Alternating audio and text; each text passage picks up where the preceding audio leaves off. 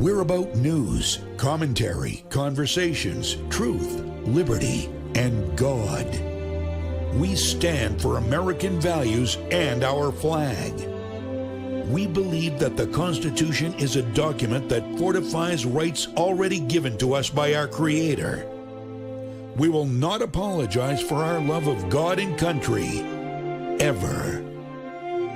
We are Right America Media.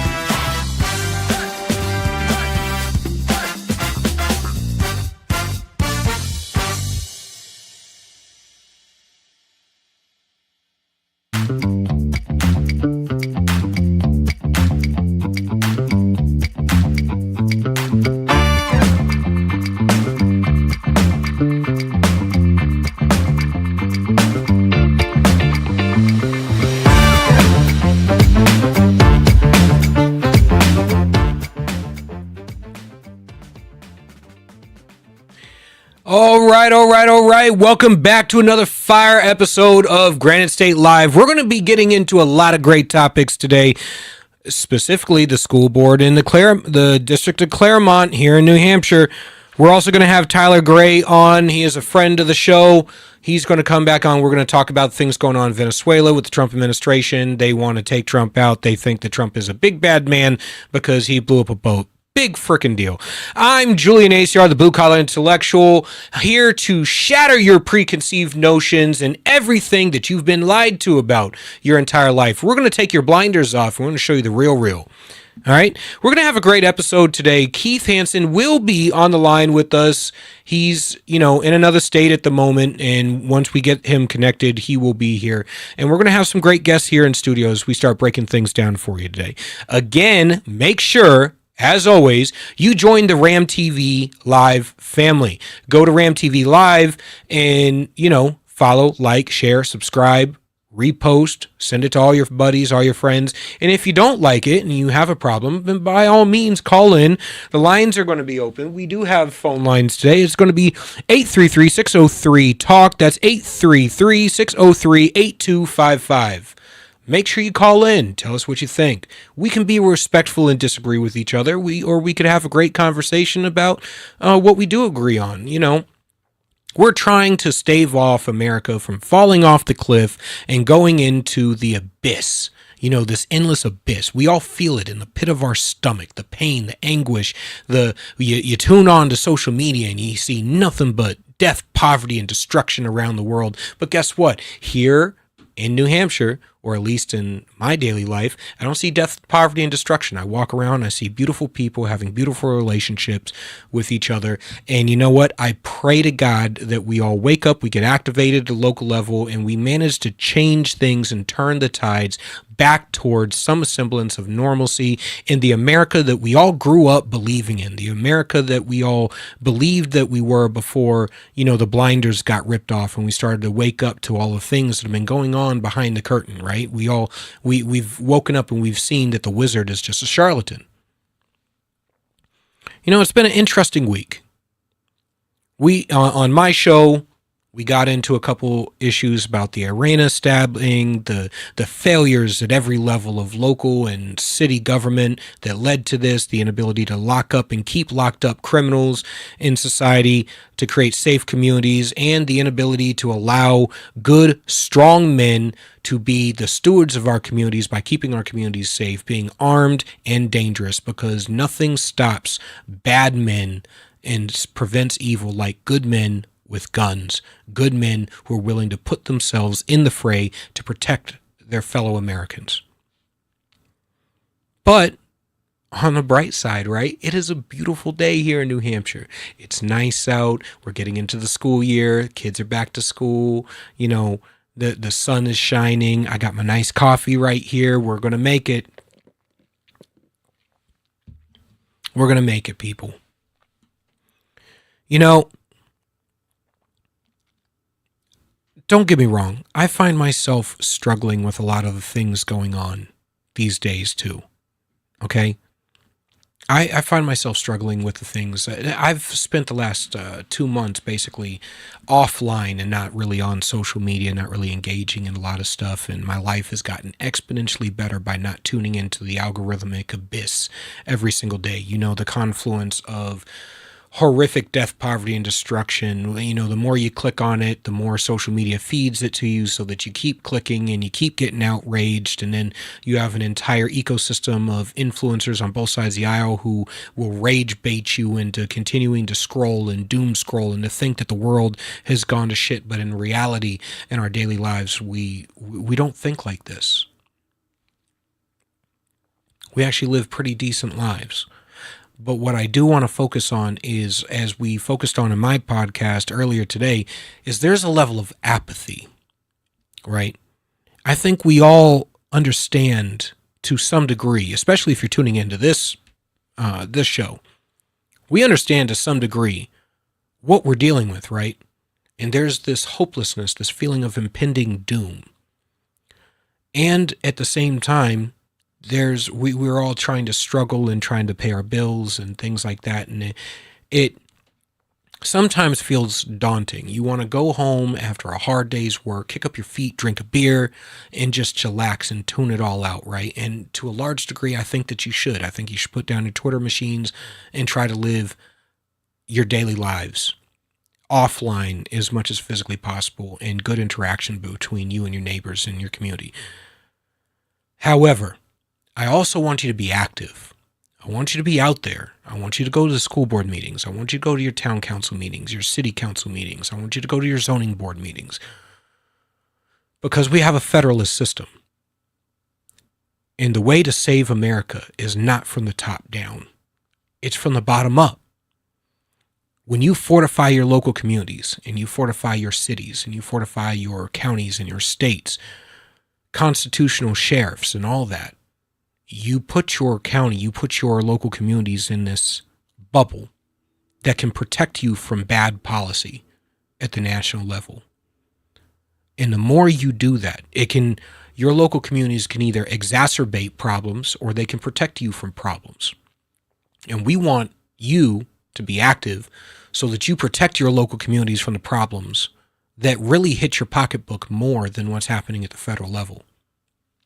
Okay, that's when your schools or your children are being taught things in school that no child should be dealing with.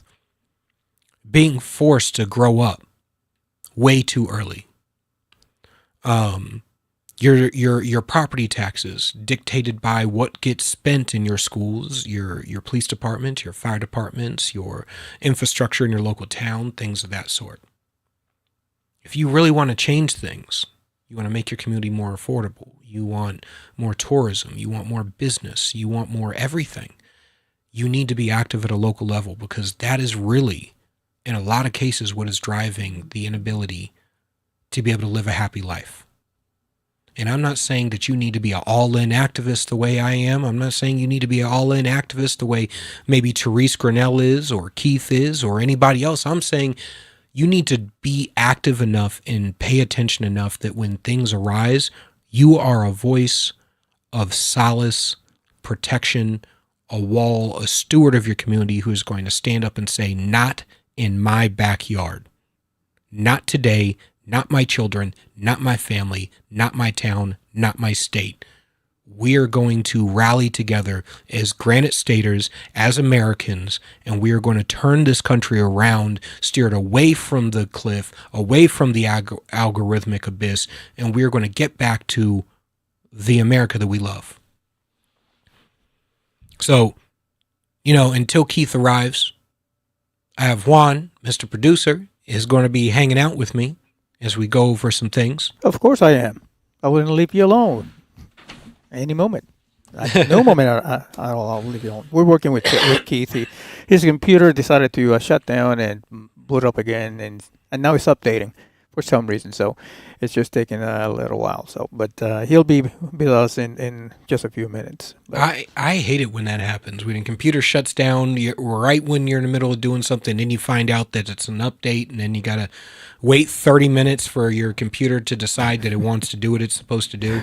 well, let's hope it's not 30 minutes. If not, it's going to be a long night for you and I. So. It's all right. I think we can hold it down. I mean, I think we got so. some good topics. I think we're going to have some good guests. Well, I agree. I actually, we also, that not far from here in the city of Boston, they're having primaries today. Is it? They're having their primaries today. Yeah, the mayoral. Major Wu is trying to go for a second one, and she actually has some contenders in her own party that are trying to knock her down.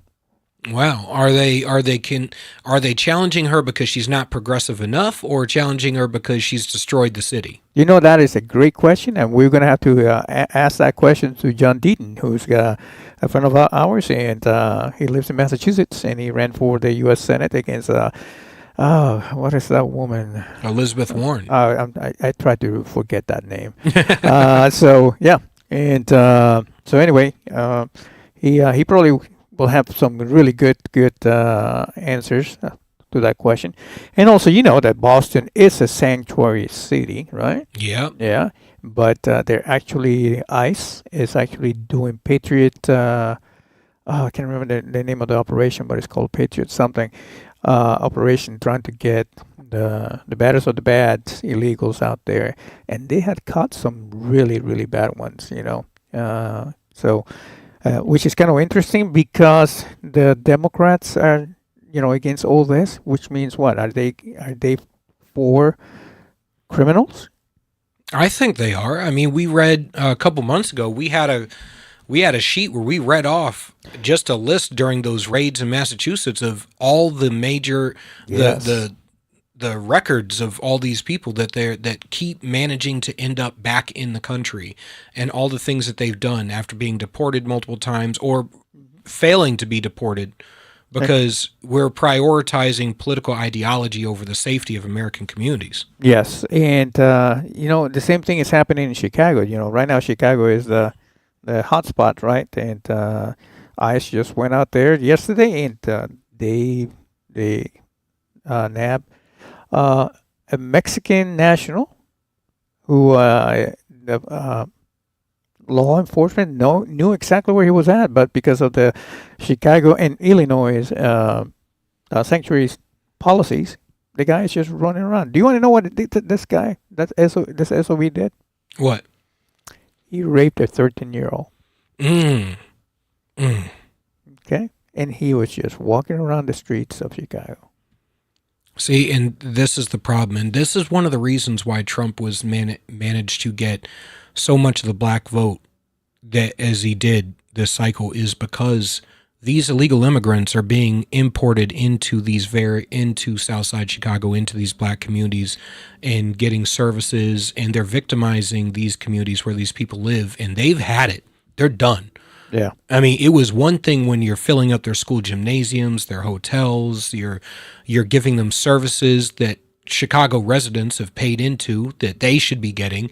But then on top of it, now you're allowing them to victimize the community and walk around with impunity after raping a young girl. Yeah, it's insane. This should be what's called the 80-20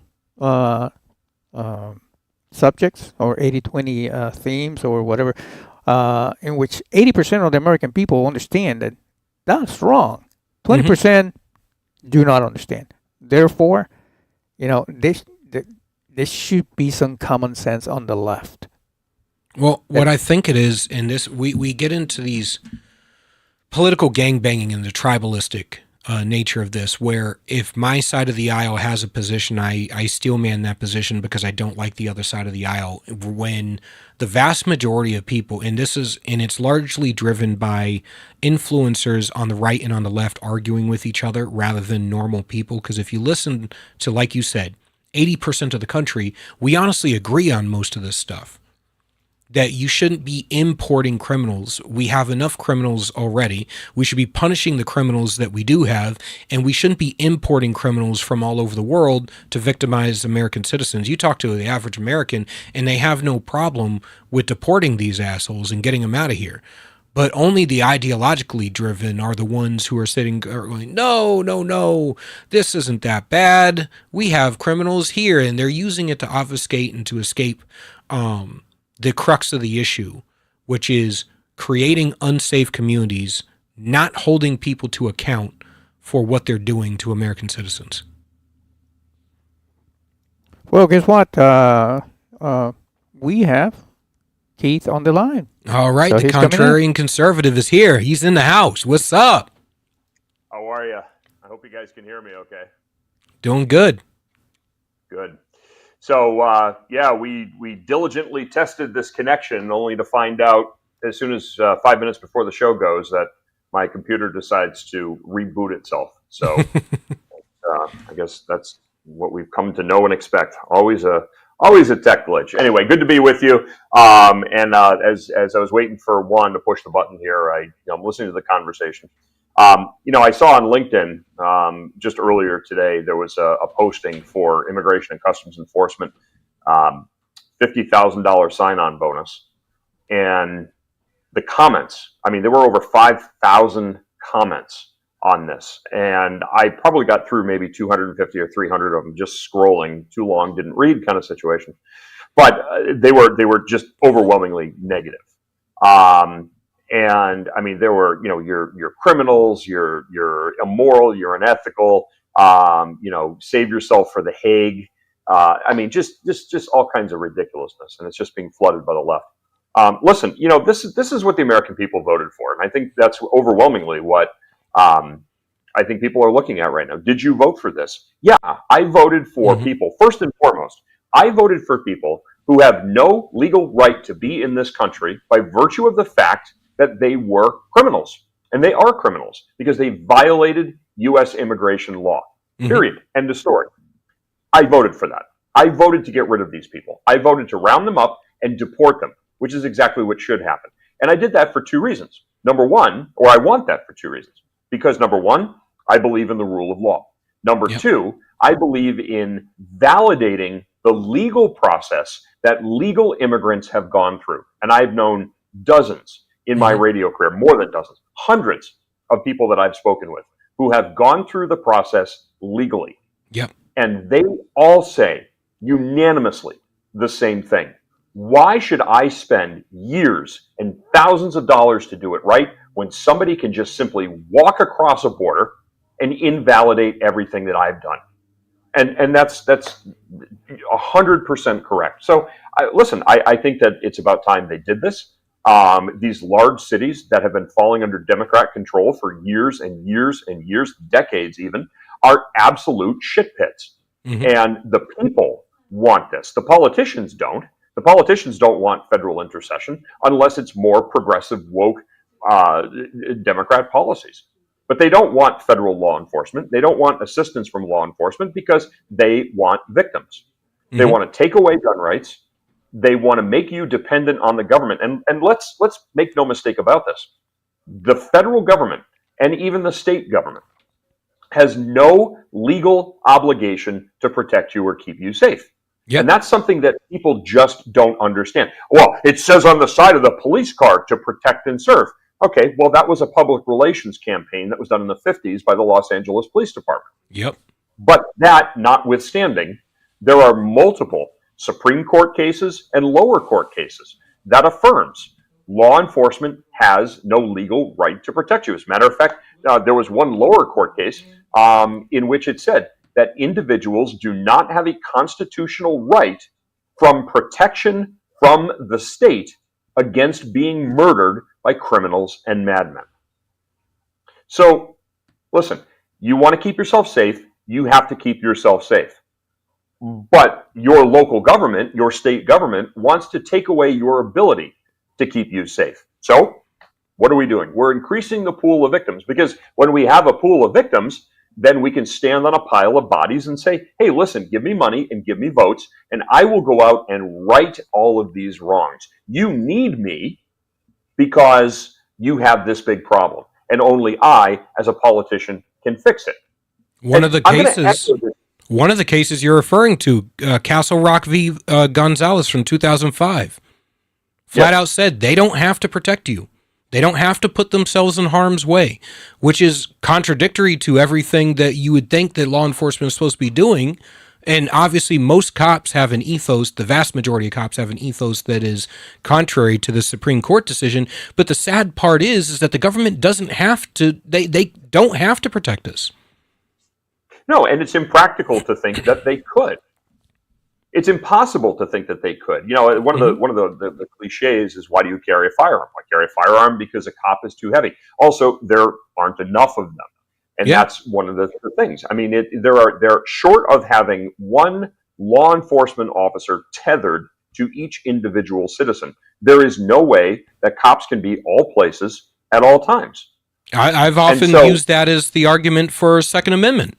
That is the main reason. I have my gun because I can, my response time, should somebody try to victimize me, is a few seconds, when a cop is minutes away.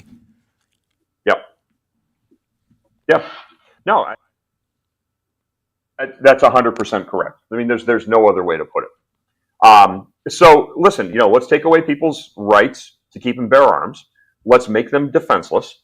And then they're going to need us when the proverbial poop hits the air circulator, because eventually it will. And then also, you know, let's empower criminals by taking away the disincentivizing factors of a strong, rigid criminal justice system. Let's make it really easy. Let's coddle them. Let's get them hooked on restorative justice concepts. Because I don't really have to do any hard time. I just have to fuzzy pink bunny my way through some type of imaginary corrections or reformation process, and then I'm back out to reoffend. Mm-hmm. But who ultimately gets, you know, the raw deal in this? It's the private citizens. It's the business owners. Yep. It's the people that go out, work hard, that want to protect their families, that want to protect their homes, that want to protect their businesses, and suddenly now find it impossible to be able to do that. And I think that it's ethically, morally, legally, and constitutionally reprehensible. I think, and don't get me wrong, I think, yes, for a low-level offense, something stupid, by all means, you know, if there's a better way to handle that than incarceration, and there's metrics, actual tangibles that show that, then by all means go about it. But for violent criminals, which is what we're seeing, getting let out repeatedly onto the street, you're talking major crimes. You're talking larceny, grand theft, drug distribution, prostitution, violent crimes specifically. You see these people get let out, and it's a revolving door of continuing to let them out to victimize their communities.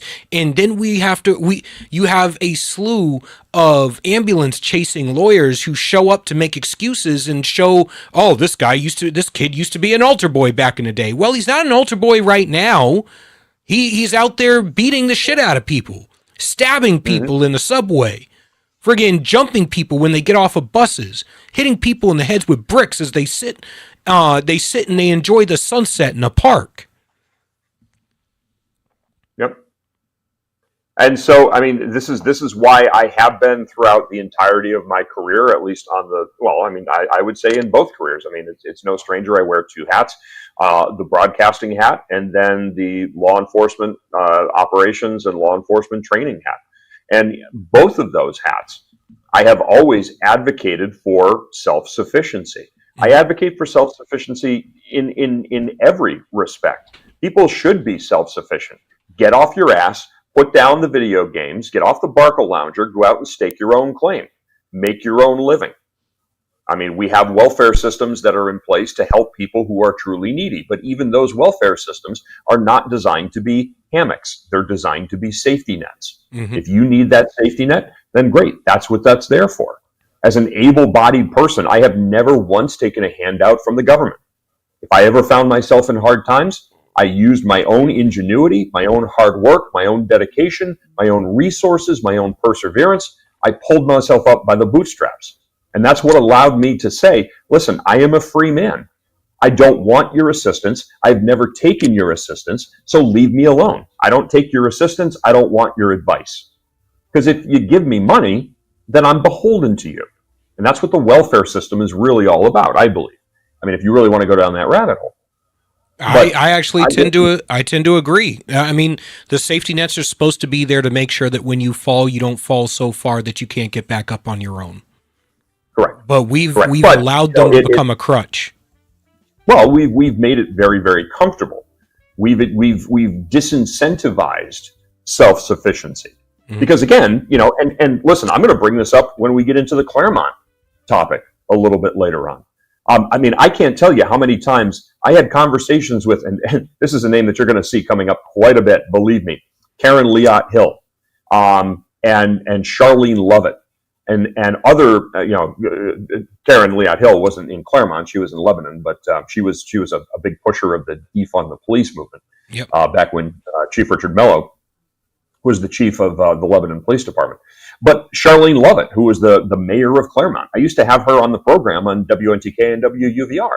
And I said, I used to say that the people at Dunkin' Donuts could screw up a cup of coffee because they can. Mm-hmm. Until I met the Air Fingers, quote, leadership of the city of Claremont. And these people really could screw up a cup of coffee. If they told me the time, I would triple check my watch. And we're going to talk about the fiscal. I mean, it's not even malfeasance. I mean, it's, and I don't think anybody really understands the depth or the totality of what's happening right now in Claremont. But I hope that there are criminal inquests into what's going on there. Because the city of Claremont has been broke ever since I moved to New Hampshire in 2015. Well, hold that thought because we have a commercial break and we're about to bring in the guests and get into that.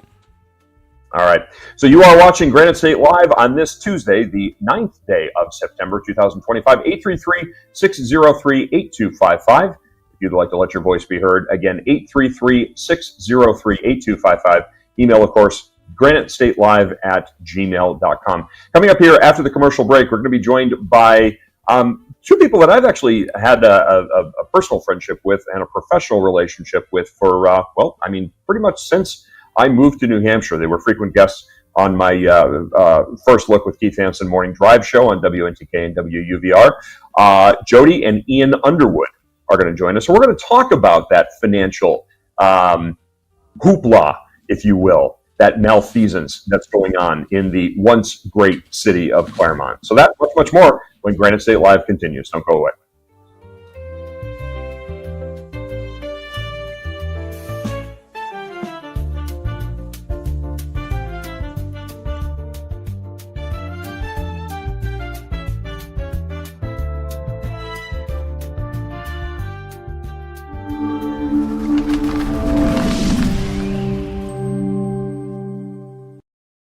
Forged in Chaos, a warrior's origin story.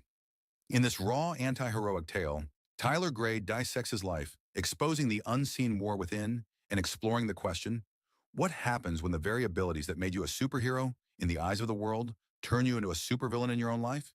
Despite rising PTSD awareness, we're losing more warriors at home than in war. Forged in Chaos rips the mask off the warrior experience, exposing the truth that most never dare to face. Find Forged in Chaos, a warrior's origin story, written by Tyler Gray on Amazon.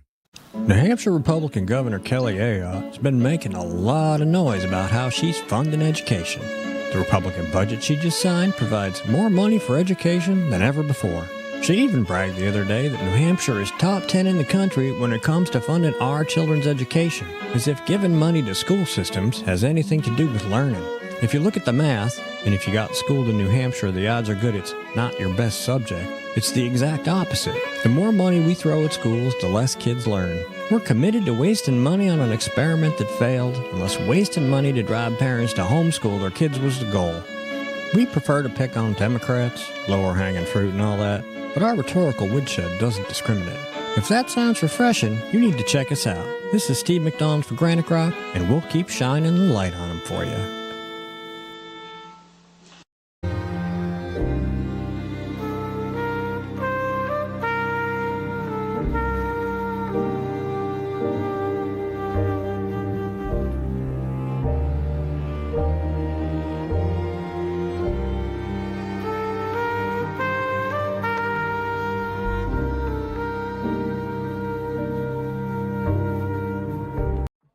How do you know when you've made the right decision? It's the feeling you get in your gut. The one that tells you what's right or wrong. It's the one that says, sure, I can have a drink. Or the feeling that says, okay, I've been drinking. Now what? It's the voice inside you that says, I'm buzzed. Better leave the car when it's time to go. Plan ahead. Catch a sober ride. Buzz driving is drunk driving. United We Stand. A Marine's Fight, written by Marine Corps veteran Julian Eschyard. This book examines the deepening fractures in our nation, political division, government overreach, and a fading sense of shared responsibility, and offers a battle-tested path forward. A Marine's Fight is a bold and urgent call to action for every American who believes in the founding ideals of our republic. United We Stand. A Marine's Fight can be purchased on Amazon.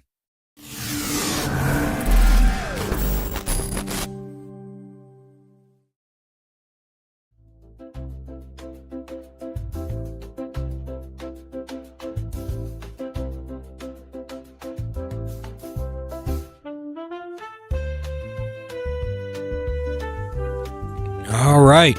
Welcome back to Granite State Live for the smooth sounds of jazz. We're going to get into some nice conversations. We start breaking down with Ian and Jodi Underwood and Kevin Tyson, the Claremont School District debacle and all the corruption and, the degradation that is happening in our backyard because, like Keith said, Claremont could screw up a cup of coffee.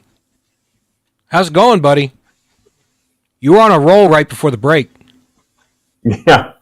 Well, this is something that's nothing new. Having been a broadcaster in the Upper Valley, the Dartmouth Lake Sunapee region for as long as I was, I mean, this is something that we saw just countless times. There was over $600,000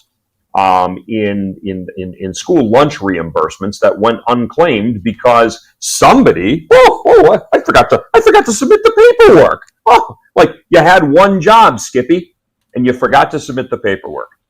It's amazing how mismanaged the city that has the third or the fourth highest property taxes in the state can just, $600,000, no skin off our back.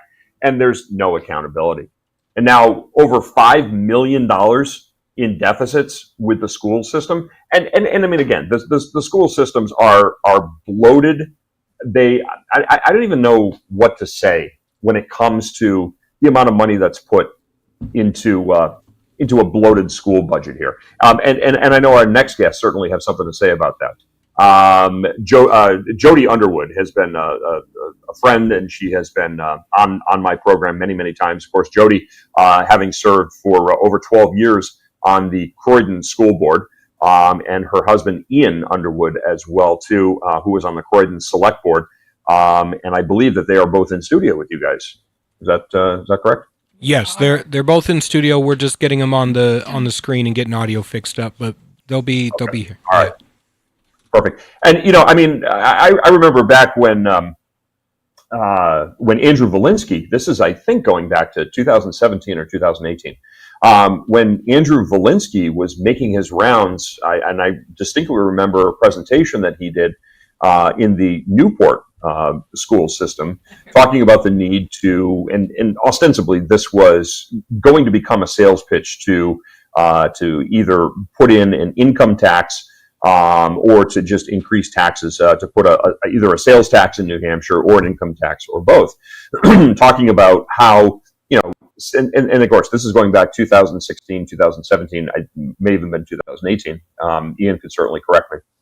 But where, $18,000 per student was just not enough. There's not enough money. We need more money. And there's never enough. But it's amazing how all of these school systems that need so much money, $600,000, $700,000 in reimbursements can just go unclaimed because I forgot to submit the paperwork. So I know Ian has done an extensive amount of research into the school budgets. This guy's like literally a rocket scientist when it comes to numbers, and I think that's actually, Ian, weren't you at some point you were an astronomical mathematician or something? Yeah, I worked for NASA and did geometry, computer geometry, so helping them know where everything was. So you're smarter than the average politician, basically. You can put together and get 4, I guess is what I'm trying to say. Well, so if you're a really good mathematician, good. If you're a really good mathematician, you can get whatever you want. Add 4 and 4 and get 2 or 6 or 500 or. How to lie with statistics, I guess. How to lie with mathematics. And Jodi Underwood as well too. Great to see both of you. Thanks so much for joining us on Granite State Live. So, good to be here. What are we looking at here? Over $5 million. How does this happen? How does it happen? There's so much wrong. Like, where do you even start? I mean, you're right. Like, they didn't remember to apply for the reimbursements. I mean, we had a superintendent in Croydon who did the same thing, and I used to get calls from the commissioner telling me to remind the superintendent, like, that's not my job. That's his job. And that's what happened here, too. And then audits. They didn't do audits for years. I read something today that said that started back in like 2016, 17. Mm-hmm. They've just like forgotten to do audits. And somebody's like, oh, that should be a law. It's like, I think it already is. And if not, it's just good practice. Like, why wouldn't you do that? And then there's the school board. I mean, you know, we can just keep going. The school board is listening to their lawyers, which, you know, in some sense they should, but they should also be thinking for themselves. Mm-hmm. They get credit for removing all of the non-mandatory stuff from the schools to help at least get the budget under control. That is a good step. I mean, I think most schools should do that. Why are tax dollars being used for things that are not mandatory for students? It's not supposed to be for their fun. Yeah. You know, it's supposed to be for them to learn to read and think. Mm-hmm. And that clearly isn't happening. And so until that happens, they shouldn't be allowed to do anything else. Yeah. Right. I think that actually. I'm sorry, go ahead. Sorry. I think that actually gets at a point that nobody's bringing up, which is the reason, you know, how could this happen? Well, the way it happens is you have a $30+ million budget for that many kids. That's the cause. I mean, think about how much money that is and who's really equipped to keep track of it. They shouldn't be spending that much. If it was a $5 million budget, this couldn't happen. And that's probably what it should be. And I think it also gets to the crux of this use it or lose it spending cycle that every level of government has to deal with. Is as soon as it comes time for the end of the fiscal year, anything that's not spent already, let's go out and spend it. Let's buy a bunch of shit. Let's spend it on programs that we don't need, because if we don't, then there's the possibility of our budget getting cut next year. Now, when it comes to the education system, we know damn well budgets almost never get cut. They always get increased next year. And the average voter thinks, oh, well, it's for the kids. It's for the kids. I'm sitting here going, yeah, but I'm also looking at the cost of each administrator, which has gone up 800% over the past few years, or over the past 10 years. It's outpaced where we have a lack of good teachers. The classroom sizes are getting bigger, and the amount of administrators are going up exponentially when you could have hired for each administrator 3-4 teachers. On top of this horrible spending. There's zero accountability from top down. From top down. Yeah. Well, that's one of the questions, though, is that this isn't an isolated incident. I mean, we've spoken about this so many times. This has been an ongoing thing since I first took to New Hampshire airwaves back in 2015. This has been an ongoing, and it's not just in Claremont. Claremont. Yeah, no. First of all, if you and I haven't, and I apologize because I haven't done I haven't taken a peek at what the budget is this year. Is 30 million an accurate number for what the city of Claremont 39 is budgeting? million. 39 million. And with a $5 million Where- deficit, look at that percentage. It's ridiculous. Where does that money go, Jodi? Where does that go? A black hole. I mean, look, it pays all the administrators, and there's more staff and non-teaching staff than there ever was before. With the what's it called? With the enrollment dropping too over the years, where the number of students are down and the budgets are going up. Like, it's. I don't know where the money is going. It's going to sports. It's going to retirement funds.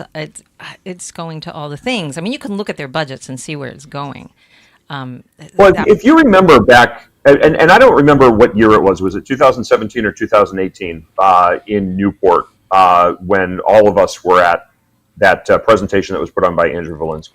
Yeah, I don't remember the year, but I remember being there. Yep. Yeah, and I'm drawing a blank on the name of the superintendent at the time. Cindy Gallagher? Female. Cindy Gallagher, thank you. And so there was a $330,000 or $340,000 line item under special education. And I asked her specifically what that was for. And it was miscellaneous special education until I did a freedom, the 91A request. Yeah. And come to find out that $340,000 was being spent to deal with 5 kids who were not special needs educational. They were behavioral issues. They were the FU mom and dad. They were the FU teachers, so that each one of these kids could be independently bused and put into Crotched Mountain Academy because they were obstinate, defiant disorder kids, basically. They were ODD kids. But they buried that under special education because we don't want people to know that the way that we deal with behavioral issues is just to throw money at the problem. But that's indicative, I think, of, and that serves as a scathing indictment, I think, of what a much larger problem is. Our schools are failing. They're a mess. Hey, we just need more money. Because eventually, sooner or later, enough of other people's money will fix the problem. At least that's the mindset of these people. Right. I'm always curious what they mean when they say fully funded. Like, what does that mean? Like, 100% of my income? Is that enough? You know, the mind reels.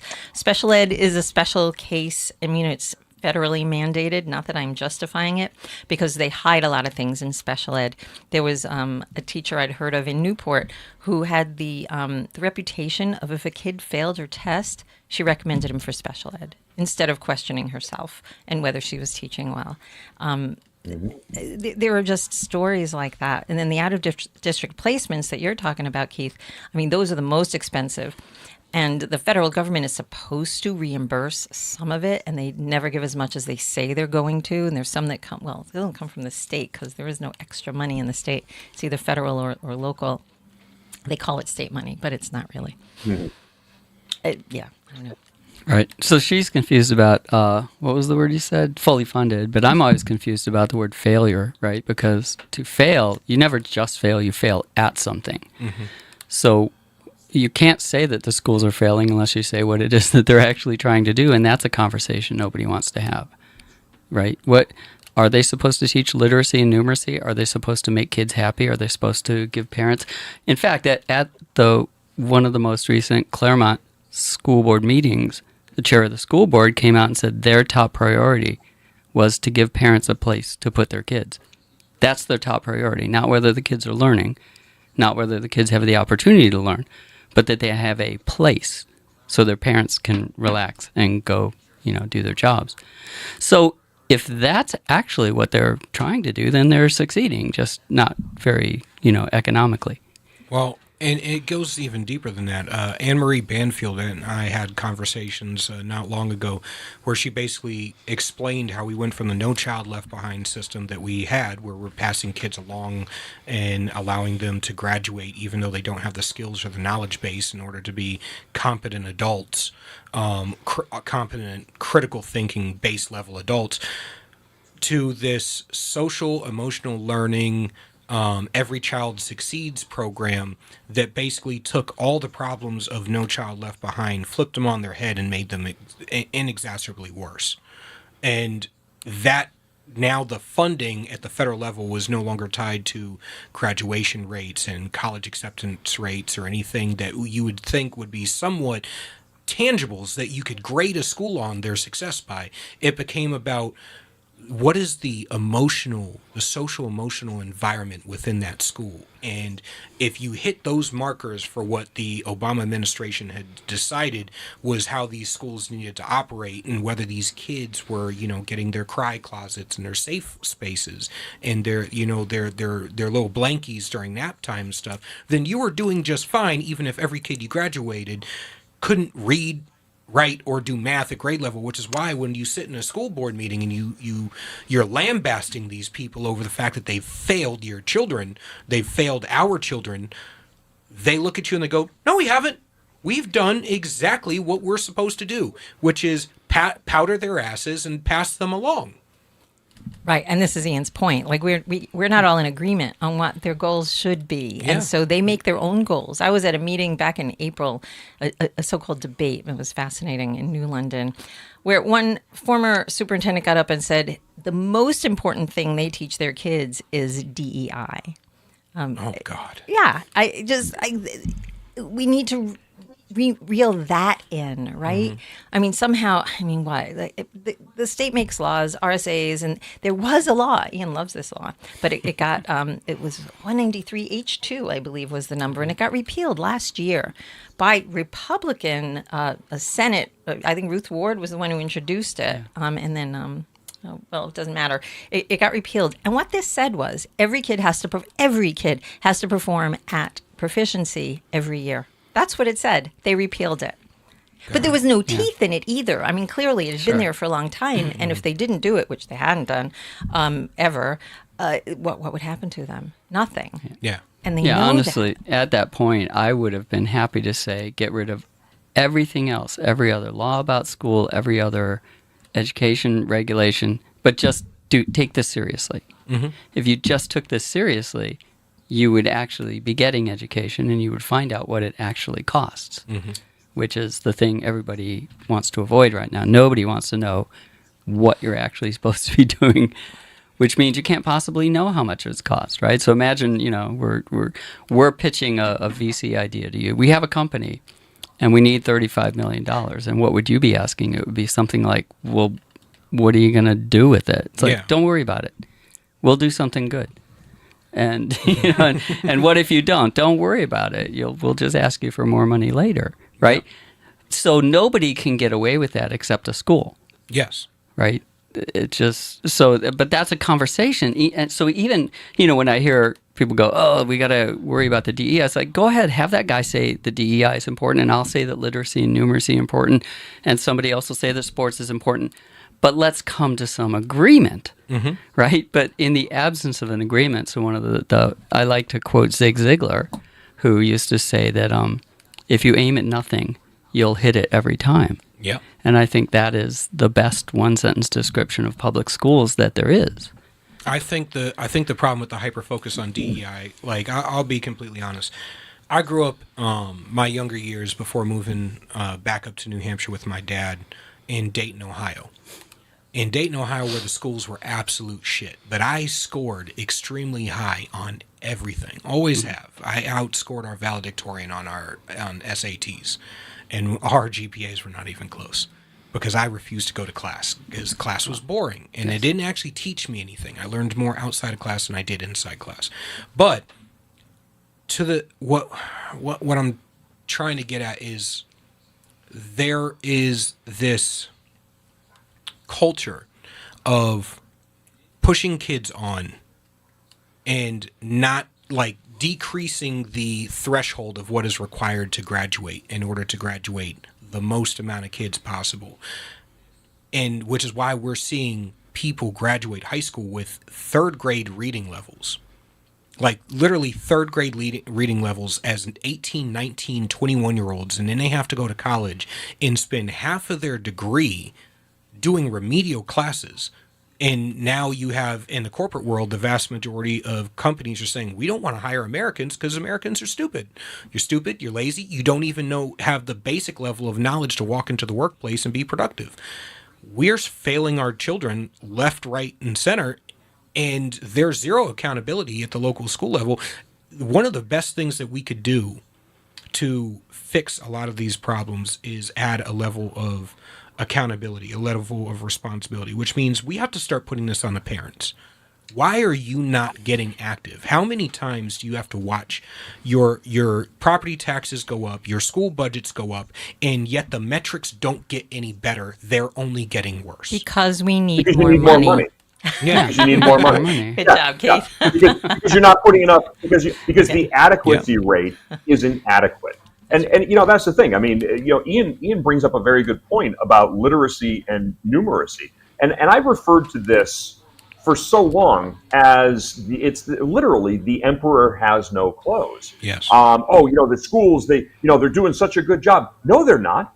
No, they're not. Because you know what? I mean, I'm not saying this, literally. I'm saying this facetiously. Thank God for ChatGPT, because ChatGPT has empowered an entire generation of stupid people to be able to actually write a coherent sentence. Mm-hmm.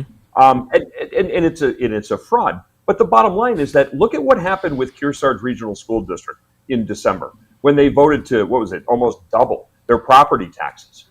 And I mean, at what point in time does somebody say, you want more money? Then you need to show me that you're being responsible with what I'm already giving you, and you're actually producing a return on that investment. And then maybe when you show me an adequate ROI, then I'll consider funding more. But it's nope. We just need more money. Oh, and by the way, if you are the one person who dares to say the emperor has no clothes, then we're going to hurl every pejorative at you that we can because you just hate kids. So let's go look at that a little bit more. So who gets up at these school board meetings, especially like in Claremont and in Croydon, back when we had our budget battle? These parents get up and they talk about sports. They talk about, in Claremont, they talk about music. And in Newport, they talked about extracurriculars, other ones, and welding and things from the tech school. That's what the parents want who show up to the meetings. Mm-hmm. So I'm involved in an organization called Education Options, EDOPT, EDOPT.org. And our mission is to help families understand all of their options. And when this happened in Claremont, and we're located in the Upper Valley, we went to a back-to-school fair that they had. It was like 2 days after this whole thing was announced. They were still having the back-to-school fair. They didn't even know if they were going to open.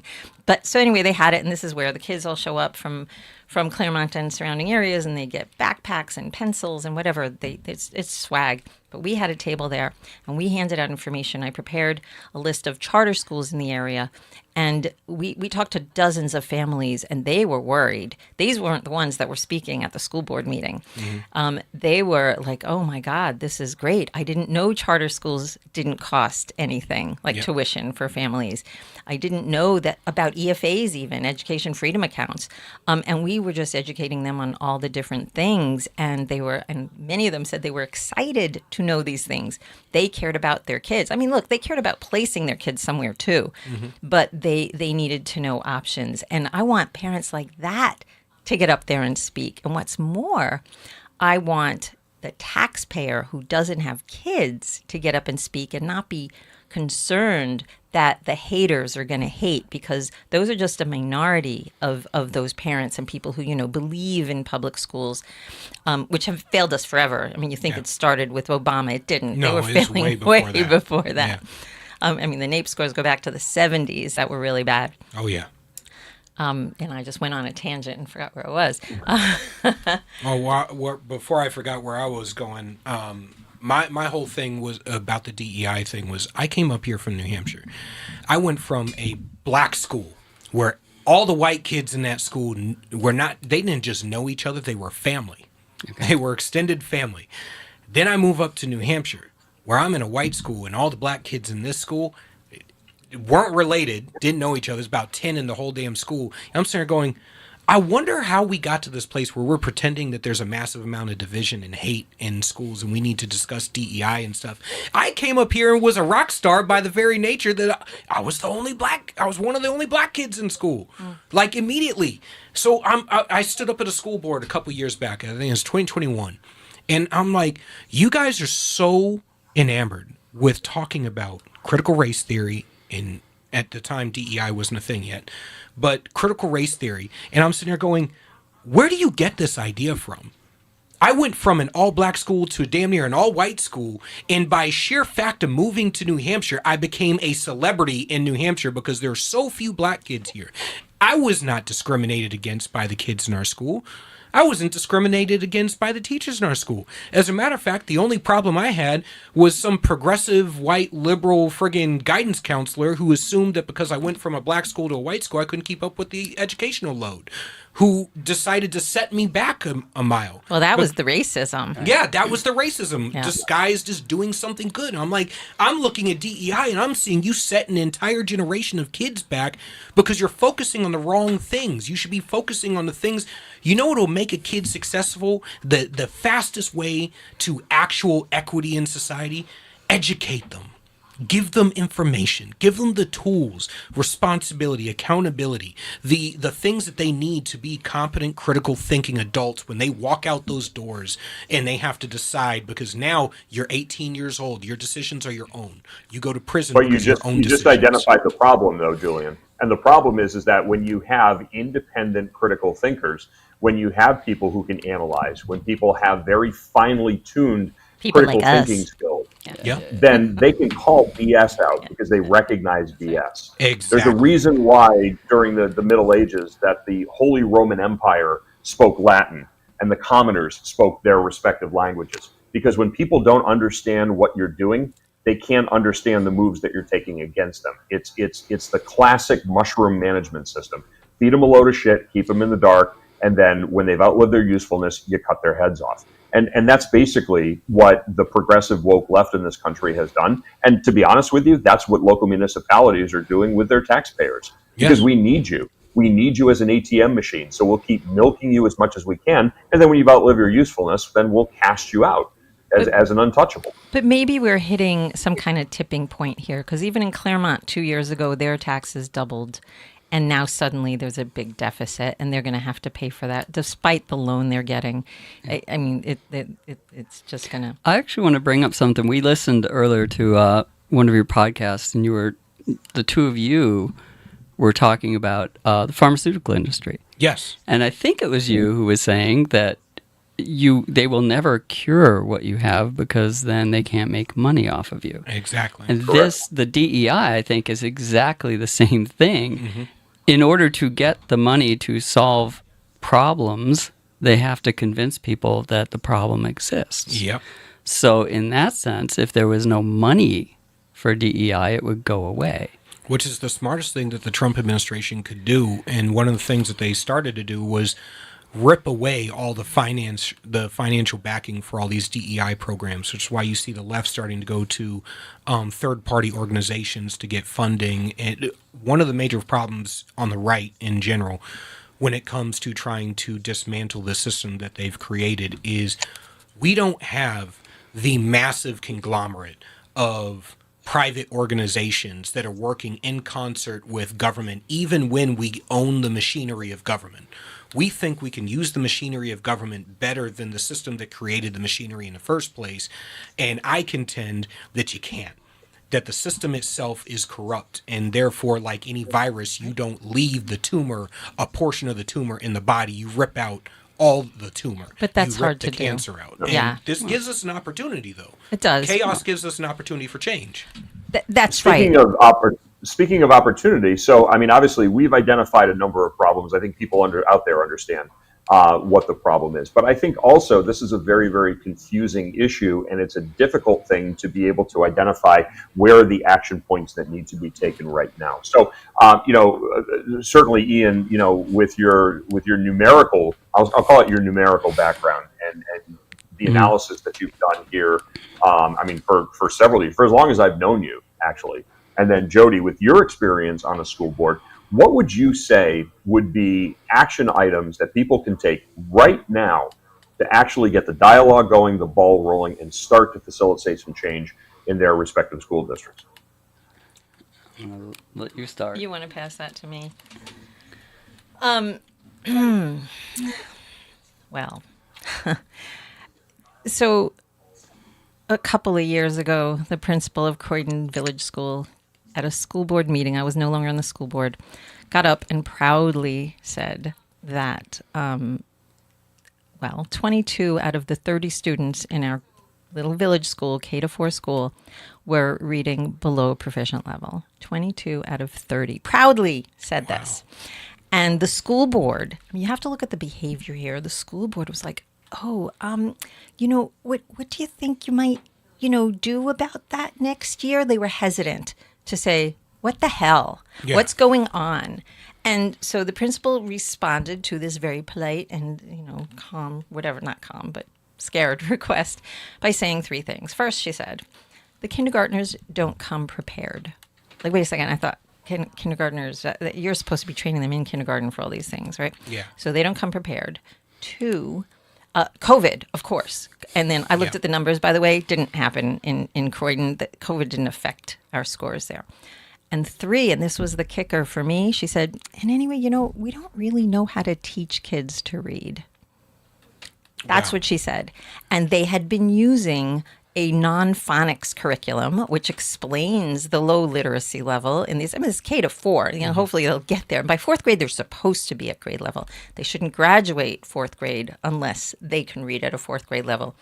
And she was promoting and graduating the kids, and she's like, oh no, but it's worse to keep them back. And it's like, are we looking short term or long term here? Short term. Exactly. And they're looking money wise. They're not looking at they're long looking term at for jobs the children. is what they're doing. Yeah. Right. Yeah. No, they're not really thinking big picture about the kids. So where do you start? Right. One is teach the teacher. I mean, if the teachers don't know how to teach kids to read, what are they doing there? And this is their training. It goes back, right? The universities are not teaching teachers actually how to teach kids how to read. There's a lot of teaching here.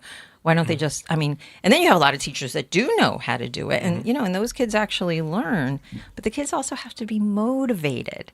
There's just so many different problems all, put together here. So what would I do? Sure. You want me to finish or you want to jump in, Keith? No, I just want to say one thing, because this is just, it makes my head explode. If you're an underperforming teacher, fire their asses. They have no business being in a job that they can't do, period. And I don't give a shit about their feelings. I don't care that they're going to lose their house, because other people are going to lose their house because they demand more money to pay for people who fail at what they do. And it's amazing because government is the only entity where you can suck at your job and get promoted and get a raise. Absolutely. And one of the big problems there is the teachers' unions. Mm-hmm. You can't fire teachers, not the ones that are in the unions. In Croydon, we have a different issue, so you can fire them. You just have to be creative about it. Yeah. You want to talk about that? That's all. Just so in our town, we had a police chief, and you may know it's really hard to get rid of a police chief. You can't fire them. They have to be caught doing something horrible. But what you can do is get rid of a department. And that's what we did. We just got rid of our department, then there was no job, and so it doesn't count as firing, right? Yep. And I stole this idea from universities where they will have a bunch of tenured professors, and they're just like, let's just get rid of the history department, or let's get rid of the women's studies department, and there are no jobs. It's not a firing. It's just those jobs don't exist anymore. That's just one example. There are lots of ways to get around this. It's a failure of imagination that everybody just likes to go, we can't do it. We can't do it. There's no way to do it. But Keith's going to hate you for firing a cop. So well, you can.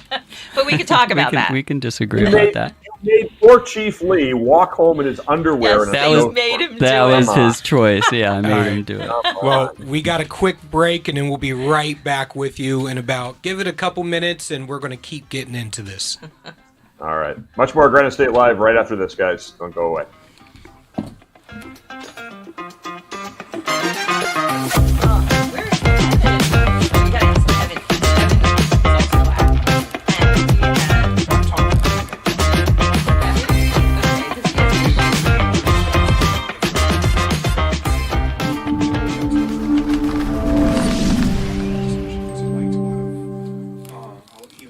United We Stand. A Marine's Fight, written by Marine Corps veteran Julian Essyard. This book examines the deepening fractures in our nation, political division, government overreach, and a fading sense of shared responsibility. and offers a battle-tested path forward. A Marine's fight is a bold and urgent call to action for every American who believes in the founding ideals of our republic. United we stand. A Marine's fight can be purchased on Amazon. Would you rather spend time with family and friends in the pool or at the barbecue rather than landscaping your yard? Well, Augusta Lawn Care is here to help you with all of your landscaping needs. Proudly serving Southern New Hampshire, we handle everything.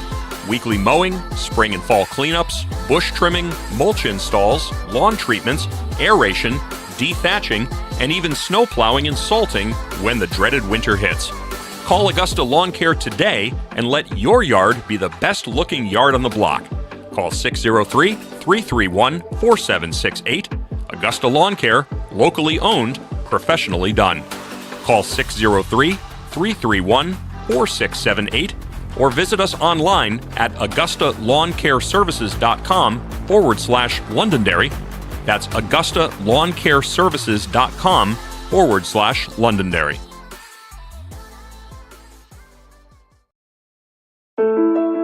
I'm Chris Jakovic. I served in the United States Air Force and I deployed 3 times. So in 2017, I was serving as an Air Force First Sergeant. Our motto in that role is my job is people, everyone is my business. But unfortunately in that year, I would lose my own brother, Lance Corporal Adam Jakovic, to suicide. The majority of veteran suicides are from guns. I store my weapons securely, not only for myself, but for my family. My service never stops.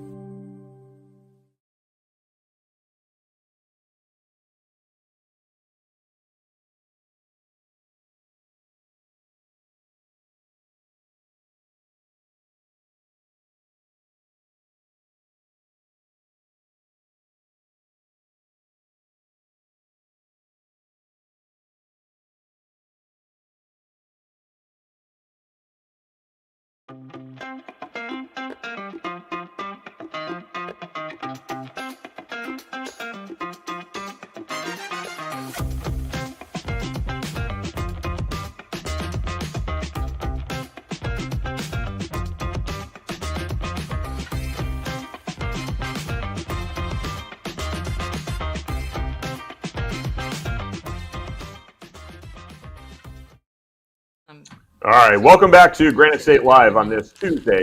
Is he on the phone line? No, he joined. He only gave a link.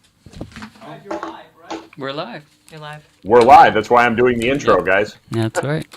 Welcome back to Granite State Live on this Tuesday, the 9th day of September 2025.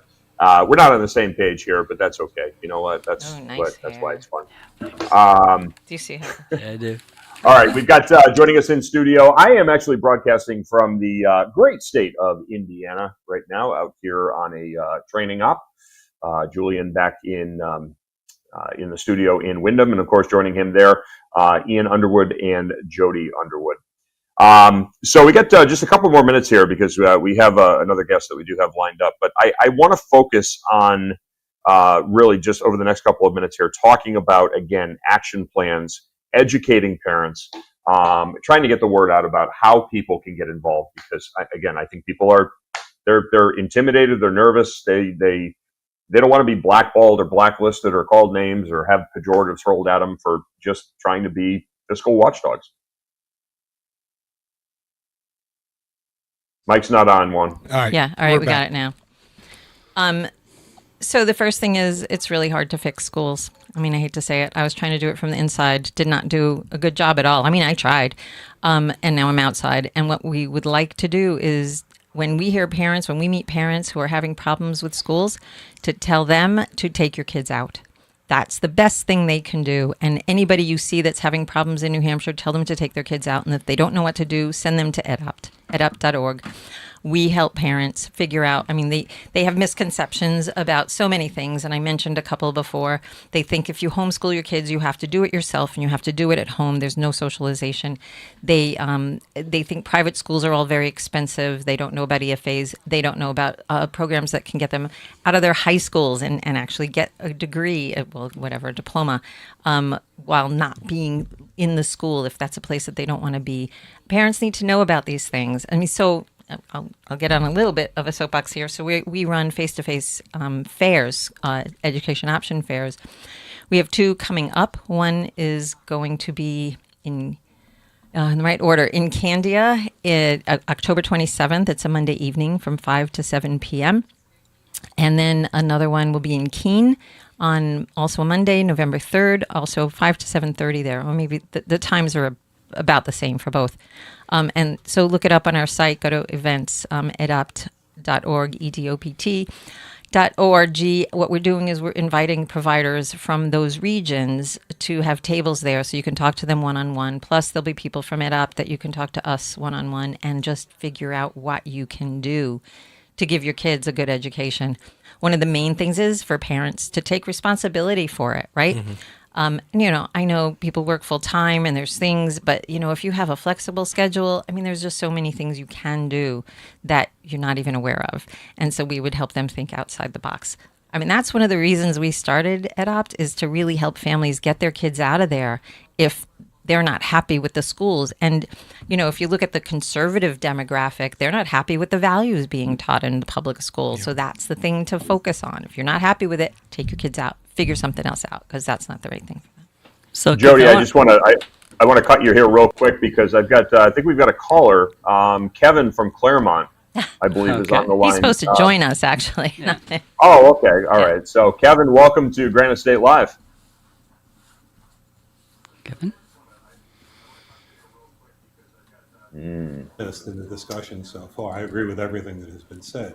But education in this society. Oh, he's not on the line. Okay. Wait, you hear him, right, Keith? I hear him. We hear him. I can hear him. Yeah, we can't see him either. We're just hearing him. It's okay. Go ahead, Kevin. So I think one of the 2 things that are missed in the discussion so far is that in our society, education is a special kind of thing in which success is not measured the way rational people would in any kind of business arrangement. It's measured by the goodness of the people involved. Healthcare is the same way. And so as long as this is the case, for a large part of the population, whatever happens in school is education. Because of the proliferation of various government programs, not just social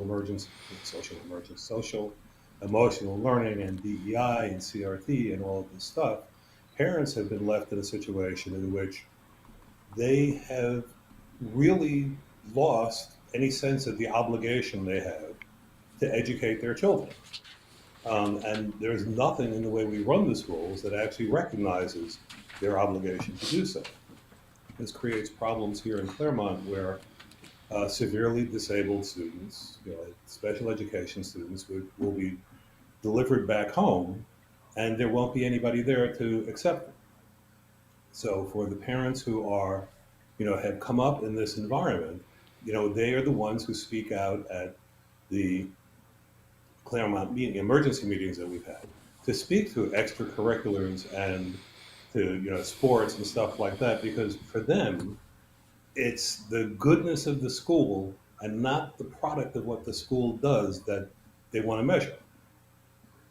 So until we go back to the foundational idea that parents are obligated to educate their children just as they are obligated to feed their children, and that because it's their obligation they can't just hand it off to the state, it's something that we could, as Ian has pointed out in the past, when we have to feed people's children because they can't feed them, we don't make them go to a government feeding station. We give them EBTs. Something similar could be done with education, except that there's such a large part of the population who sees their experience of playing school in a school building as what the purpose of the education institution is. I would ask, do people have an inability to feed their kids because they're truly hard off, or are they not feeding their kids because their priorities are buying cigarettes, scratch-offs, and tattoos? Because I see a lot of people who claim poverty, but they have money to buy junk food and waste money on things they don't need. And I think a lot of it is, it's the same thing with the education system, that this money is going into bloated salaries, bloated benefits packages, going into sports programs and music programs, and it's not going into the core educational system where we could be doing and producing a much better student with a lot less money. The median income in Claremont is a good 20 to 25 grand below the state median. So while I'm sure that there are some loafers in there, I think primarily there's genuinely poor people. And unfortunately, we've become the epicenter for the charity industrial complex. People send their homeless to Claremont to take advantage of the services that are here. And this just continues to spiral downhill. Do we have numbers on what the percentage of so you're specifically mentioning homeless people. So do we know how many people that are homeless have their kids enrolled in Claremont Public Schools? No, we don't have that number. The last number I got like that was that we had 30 students who were not English literate. And at the time, this was before the deficit was revealed, the proposal was to buy hand translators for the teachers. Oh my God. Which I found kind of ludicrous because I'm the grandson of immigrants. My mother's family did not arrive here speaking English. They learned English because they sent my mother to a public school where the other kids taught her English and she went home and taught her parents. And when this came up as a proposal in the school meeting, I gently suggested that, doesn't this remove the moral hazard of not learning English? And grudgingly, I was able to get the educational professionals in the room to come along. But this dovetails very nicely with the story that Jodi has told in the past about a teacher reassuring a parent whose child was illiterate that it was okay because all the phones now come with screen readers. Yeah, even when anywhere else in the world except in front of your computer, it's not a solution. Yeah. So Keith, I'd like to just circle back quickly to something you had asked. What would we do to move the conversation along? And one of the things that I think is absolutely essential. So maybe my favorite quotation of all time is that Confucius said, "The first step towards wisdom is to call things by the right names." And so Kevin has pointed out, we have this thing, school, and it's not really education, but we use lots of words as synonyms. We think school and education are the same thing. They're completely different. School is a thing that's done to you. Education is the thing that you do, right? We talk about constitutional things when we really mean court mandated, even when those are 180 degrees apart, right? If the Constitution says you should have no monopolies and the court says you must have a monopoly, we think, oh, well, the Constitution says there has to be this monopoly. What's the third one? Subsidized and free. We talk about, well, this is free, that's free. None of it's free. Nothing's free. Yeah. Charters, right? People say charter schools are free. It's like, no, they're not free. They're subsidized. And if everybody was going to charter schools, the state would have to come up with $7,000 per student. They're not free. So from my perspective, this is, until you correct these things, until you get people actually using words the same way, I don't even think you can have conversations. You can have people talk past each other, which is what we see at these board meetings. They get up and scream about, well, we need this and we need the schools, where some people are thinking, oh, yeah, we need to teach kids to read and do math. And other people are thinking, no, we need to let kids do whatever makes them happy, like drama or music. There's not even a conversation happening. There's no meeting of the minds. There's not even a passing by of the minds in many cases. So that would be... And that's because the different factions are playing different language games. We can't get to common definitions unless we can unfold the entire game. And part of that is everything that goes on in schools is education, and that the people who are in education are judged by being nice people. There was a picture in the Valley News, the local left-wing newspaper last week, that showed one of the nurses from Bluff, who was, it was the first day of school. So Bluff is the elementary school in Claremont that is being closed, by the way, but go ahead. She was bent over, helping a student on his first day at school, and you could just read the caption of, she's a mom, she's a nurse, she has kids in the school, so she's a good person. regardless of what she does. And, as long as the conversation stays in those kind of games where like people are playing school, I don't know how we get people to actually do what Ian was suggesting of coming up with common names for things. Well, I think the next best thing. Whoops. Yeah. All right. It looks like that's the end of the segment. We're going to be having up next is going to be Tyler Gray, actor and star of SEAL Team, a former Delta Force operator, and author of Forged in Chaos, a warrior's origin story. We'll see in just a moment.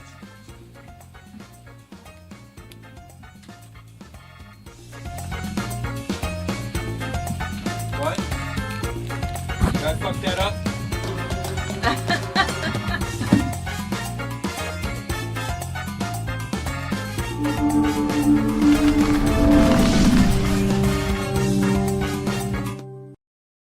United We Stand. A Marine's Fight, written by Marine Corps veteran Julian Eschyard. This book examines the deepening fractures in our nation, political division, government overreach, and a fading sense of shared responsibility, and offers a battle-tested path forward. A Marine's Fight is a bold and urgent call to action for every American who believes in the founding ideals of our republic. United We Stand. A Marine's Fight can be purchased on Amazon. Would you rather spend time with family and friends in the pool or at the barbecue rather than landscaping your yard? Well, Augusta Lawn Care is here to help you with all of your landscaping needs. Proudly serving Southern New Hampshire, we handle everything. Weekly mowing, spring and fall cleanups, bush trimming, mulch installs, lawn treatments, aeration, dethatching, and even snow plowing and salting when the dreaded winter hits. Call Augusta Lawn Care today and let your yard be the best looking yard on the block. Call 603-331-4768. Augusta Lawn Care, locally owned, professionally done. Call 603-331-4678 or visit us online at augustalawncareservices.com/Londonderry. That's augustalawncareservices.com/Londonderry.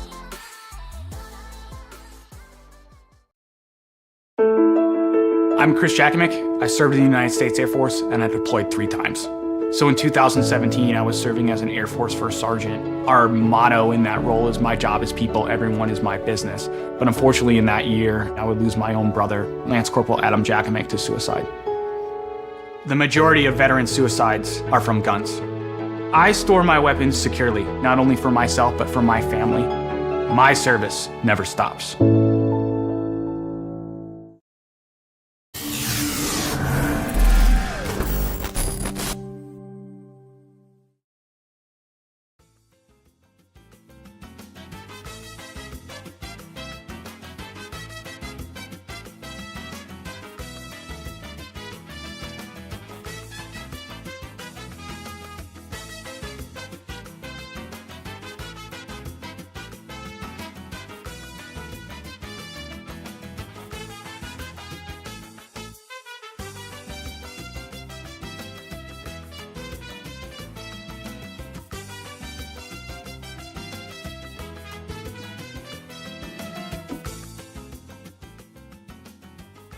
All right, I don't know we're why back. I have the urge to go get a burrito. All right, we're back. I just want to extend an apology from myself to John Deaton, who is supposed to be our second guest tonight. I messed up the call sheet. That's on me, buddy. Please come back on soon so we can go through this the right way. Tyler Gray is going to be our final guest for the night. He's not going to be on until 8:30, so we have a chance to finish wrapping up this segment. You guys were on a roll just before the break. We were talking about alternatives to this horribly destructive education system. I wanted to leave you guys with this and see what you thought. I wrote this a couple years back in 2021. Education is the pure and unbridled acquisition of knowledge. Instruction through the school system is only but a single method. Government-run instruction is increasingly proving to be the least effective method as our educational standards and knowledge retention drop further internationally. I think if you get 12 people in a room and you ask them what education is, you'll get 15 answers. Yes. And I think you could go back from Aristotle to John Dewey. You could look at everybody who's ever had anything to say about education, and they will give you. Is this mic on? They'll give you different. His mic's on. They'll give you different answers about what it is. So, I mean, that's the accumulation of information. I mean, some people would say it's actually learning how to do stuff with information, or not learning the information. That's not the education. That's training. Mm-hmm. Learning how to get more information when you need it is education, right? So, I'm always a little skeptical whenever anybody tries to pin it down. Mm-hmm. You know, it's like trying to get mercury. You know, it moves away from you. So, part of what I hope people are doing is, like I said, at least thinking about it and thinking that whatever it is, it's not what's happening over there. Yeah. Right. So we can identify what that isn't, which is, you know, the first step towards figuring out what is. So yeah, that's my. I actually wanted to address something Keith said, because I think it's so important, and it's something I've been thinking about so long now, ever since Jodi started this thing. Is yes, if you're a taxpayer and you go in and you say, this is just not acceptable, this should not be happening, you get so much shit thrown at you. You hate kids. You're a terrible person, and we went through all this. My dream is that you get enough people with places like EdOpt out of the public schools into other alternatives, doing things that now the 90% of voters, the taxpayers who are not parents, instead of coming in and saying, just complaining about what's going on, they can say, no, we love education. We love that education, right? Because right now you have this teeter-totter where you have a small number of parents and no taxpayers bother to get on the other side. If they can come to those meetings and suddenly be the good guys, we love this. We want to see more of this. We love kids reading 3 levels above, you know, where they're supposed to be. We love it when kids can actually do this stuff. We love all the different ways that people have figured out how to do this. What we don't love is this essentially, you know, sort of daycare, quasi, whatever this thing is. We don't love that, and we want more of this. Then the taxpayers are the good guys. You know what you haven't mentioned? Community centers. Right. So one of the things that we learned in Croydon, too late, was that the parents would show up and say, we want, you know, the extracurriculars and the job training, whatever. And we finally realized what they actually want, what they're asking for, is not a school at all. It's a community center. Yeah. And so I've been going around the state, and this is my next book, actually, is about this idea that you can look at things and say, what belongs in a school and what belongs somewhere else. And the stuff that belongs somewhere else goes somewhere else. Privately paid. Yeah, paid for some other way. Yeah. Right? And so, well, how do you make that decision? So that's a conversation. There's lots of ways to do it, but I would just take the state Supreme Court at its word when they said an adequate education is having the opportunity to get the knowledge and learning necessary to participate intelligently in the economic, political, and social institutions of a free government. I agree with that. If something is necessary, it had better be mandatory. So I actually wrote an education system called The Forge. I Okay. wrote an education system called The Forge, and the whole premise of it was to bring the idea of accountability back into our school system and to really get down to what are the things that we are supposed to be teaching our kids, what are the things that are necessary to be productive, critical thinking adults who are independent in society, and what are the things that are the most conducive to having a society which will continue to perpetuate that system. Right. So what I'm looking at is the use of the word necessary and the word mandatory to give you a way to figure out what those things are. And literally, if you're not going to make every kid learn something, then you shouldn't be using taxes to teach it to anybody. Right. Agreed. Right? Because that's private enrichment. Whereas if you're teaching to everybody, that's public benefit. Yes. And there's a very clear distinction in at least 2 places in our state constitution. So that's what I would like to see. Right. Start that conversation with legislators and so on, and which we have, and we will continue to do that. I mean, and if we have a minute, there's a piece of that that's missing too, which is this is what the most recent book that I wrote is about. If you look at all the stuff that you like, all the things you're wearing, the things you drive, the things you use at home that get cheaper and better every year, and you try to say, what do they all have in common? It turns out they don't have anything in common. What they have in common is the way you get them. Yes. And the way you get them is you say exactly what you're going to get, you get it, and then you pay for it. Yes. Only after. Right. Which is how we do everything in the rest of the world. But in school, what we do is what I call pay and pray, where you throw some money at them without saying what it is you're supposed to get. And you hope for the best. And when you don't get it, then you're just like, I guess we'll try again next year. Yep. So if I could change one thing, right, if I could be king of education, what I would change is to say we will pay for education the same way we pay for everything else. First, the kids learn. They demonstrate that they've learned. Then the schools get paid. I like that system. So, it forces, that one change would force so many other changes. There are just so many things you can't do if that's how if you don't get paid unless learning occurs. There's your accountability right there. That is your accountability. And that's why accountability works in the rest of the world, right? And there's a fourth step there, like if you go on Amazon and they send you something and it's not right. It's the wrong thing. It doesn't work. It's something, there's a problem. They fix it. Hold that up. Right. It's on the screen. All right, there we go. Yeah. So these are the 2 Rethinking books. Funding and Education by Ian Underwood. Yeah, he's written 17 books so far, but 8 of them are education oriented. Right. Some are Second Amendment, some are about law and Constitution. Right. But these are 2, and the Rethinking Funding is the most recent. These are short books. If I may, each page has an idea on it and maybe an illustration. Right. They're quick reads and they're deep reads. I read them. If people want to get a copy of that book, how can they do that? They go to bareminimumbooks.com or search for Ian Underwood on Amazon. You can find them there. All right. All I right. want to thank you guys for being Jodi in and Ian Underwood, I want to thank you guys both for being on the program. Our pleasure. Kevin Tyson as well. I think this is something that we're going to wind up having a conversation about much more. I hope so. We're going to leave these books here, so take a read and fight us back.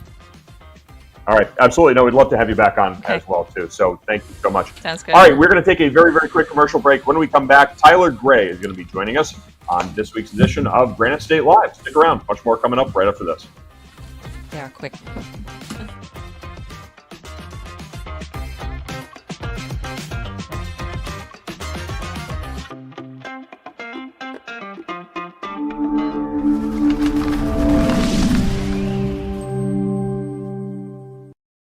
United We Stand. A Marine's Fight, written by Marine Corps veteran Julian Eschyard. This book examines the deepening fractures in our nation, political division, government overreach, and a fading sense of shared responsibility, and offers a battle-tested path forward. A Marine's Fight is a bold and urgent call to action for every American who believes in the founding ideals of our republic. United We Stand. A Marine's Fight can be purchased on Amazon. Would you rather spend time with family and friends in the pool or at the barbecue rather than landscaping your yard? Well, Augusta Lawn Care is here to help you with all of your landscaping needs. Proudly serving Southern New Hampshire, we handle everything.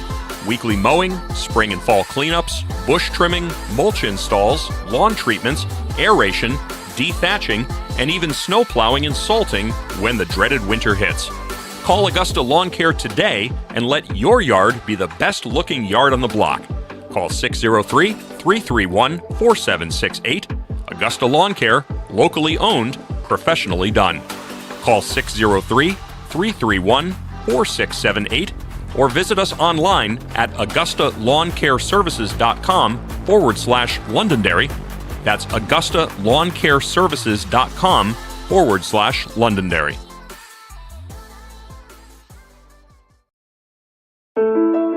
I'm Chris Jakimick. I served in the United States Air Force and I deployed 3 times. So in 2017, I was serving as an Air Force First Sergeant. Our motto in that role is my job is people, everyone is my business. But unfortunately in that year, I would lose my own brother, Lance Corporal Adam Jakimick, to suicide. The majority of veteran suicides are from guns. I store my weapons securely, not only for myself, but for my family. My service never stops.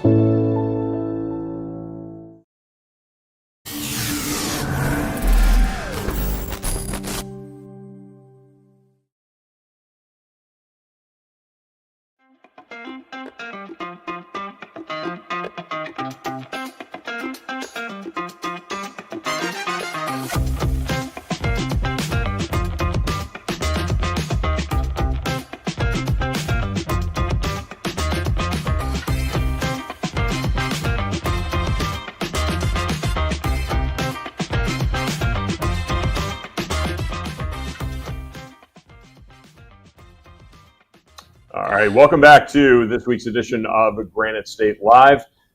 I got to ask you one before we bring Ryan on. What's up with all the cams now? I notice this is the new thing. We're doing webcams. What's up with that? You asking me? I'm asking you. Yeah, you're one. Yeah, just different angles. Just trying to show the people the studio. And let's see some tropical. And Julian's backhead. Okay. Yeah, we saw that one. That was pretty interesting. Yeah. And I apologize. I said Ryan, and what I meant to say there was Tyler Gray, and I don't have his sheet, but Julian does. So Julian is going to introduce. We Tyler got Tyler Gray, friend of the show, actor and star of SEAL Team, a former Delta Force operator, and author of Forged in Chaos, a Warrior's Origin Story. We've talked to Tyler before. Thank you for coming on the show, buddy. It's nice to get to see you again. Yeah, my pleasure. I think I was driving across country when we first talked, so it was a little hectic. Yes, sir. How have you been? Great. Just working like everyone, trying to, the hustle doesn't end. Got the book out there and just trying to spread the message and keep that momentum going forward. All right, so you're on today to discuss the Restoring the United States Department of War. What's your take on it? Well, my take is, look, obviously it's a name change. So on one hand, you could argue, that it and it's not even actually a name change. It's more of an additional title from, what I've heard. And so you could argue that it doesn't change much. On the other hand, I think you could argue, which I will, that it's a significant change in the sense that it's an intent to try and instill the warrior ethos. And by the way, let me be clear. I don't think it's just in the, the military or the Department of what used to be called Defense. I think it's also an intent somewhat to restore the warrior ethos of this country in general, because it has absolutely been suppressed for years now. I can't say that I disagree. As a matter of fact, initially when I saw it, my first thought was, is this just a press conference, a pomp and circumstance, one of those things that we do to grab the headlines? But what I've seen from Pete Hegseth as the Secretary of Defense is I've seen him go about this very, very specific methodology of trying to get back to the warrior ethos that we had in our military, this belief that we are supposed to be fighting for something and get away from a lot of the political crap that we've gotten embroiled in over the past few decades. And bring back the spirit of what we're supposed to be, fighting for something higher than ourselves, serving the country, and bringing back the morale. We did get so far under the Obama administration and the Biden administration, and even under the Trump's first administration, into all of these side projects and social experiments within the military that have nothing to do with laying waste to the United States enemies, and creating a strong, forthright military that we can believe in. Yeah, I mean, look, the military, the intent of the military is to win the nation's wars. That's Yes. it. It's honestly less about defense. The military, our military is technically not even authorized to operate on U.S. soil. Now, obviously, if we were invaded, I'm sure there would be a change to the Posse Comitatus law that would come out. But as it stands, only the National Guard can operate on domestic soil legally. And so it's kind of wild that, it's not, the military's job is not defense. It really is offense. And one thing I want to make very clear that, look, we're all that, you and I both served. I was in 2 wars. I got significantly injured. I got blown up overseas, as you know. And so I'm not one of those people that's going to get on here and say, rah, rah, rah, let's go to war. Let's go to war. Yeah. That being said, we also just have to be very honest about the situation. And here's the situation. We've been in a second Cold War for a long time now. And anyone that disagrees, anyone that disagrees with that, I really don't know what to say for you, because you just got your head in the sand. China has been waging a Cold War with us for several decades now. Some of that stuff is starting to come out and be more known in the public space, but it's been happening for a long time. As far as Iran, I was coming across Iranians, the EFPs and their financing from. I personally came across Iranians in Iraq. So, they've been fighting us through their proxies for years, again, decades. And so it's just kind of crazy that the reality, though, is that we've done a good job of, by and large, keeping it off our soil. And therefore, to be honest, the kind of problem that we're in right now is most Americans are ignorant to reality.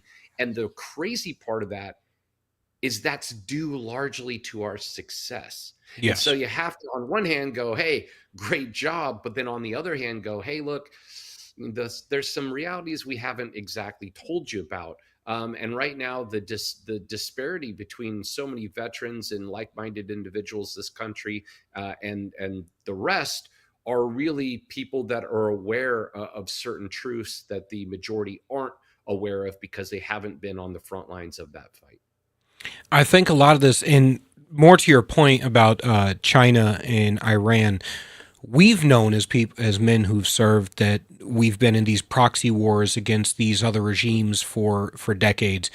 But it got even worse because back in 2014, China declared people's war against the United States. And for the people who don't understand, what that is referring to is unrestricted warfare, meaning before a bullet is fired, before a missile is fired, before troops are on the ground, we're engaging in economic and sociological war against ideological warfare against the United States in order to supplant the United States so that when there does come time for that boots on the ground engagement, we are already postured for a win far before a bullet is ever fired. And for the average American, they don't understand that because we think of war in America as a kinetic fight. We don't think of it as ideological warfare. We don't think of it as economic warfare. We don't think of people using the levers of power in trade and in international trade and economics in order to supplant each other. But that is what us in China and Russia and Iran or the whole BRICS thing, that is exactly what it's been about, is about trying to get one leg up on each other so that when there does come time for that actual combative kinetic warfare, that one side has a posture towards victory before it starts.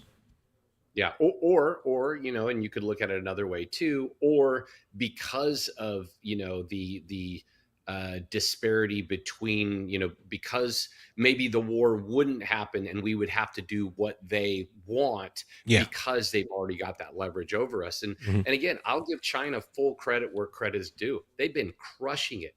Yes. Absolutely crushing it. I mean, buying hundreds of thousands of acres of farmland next to American military bases. Hey, good on you guys. Genius. And it's just insane that we've essentially allowed them to do what we've allowed them to do, and it's quite frankly shocking. And there's only one real answer, as far as I'm concerned, that you can justify that, and that is, China paid the money and bought people off. Like there's no really other way to look at it, as far as I'm concerned.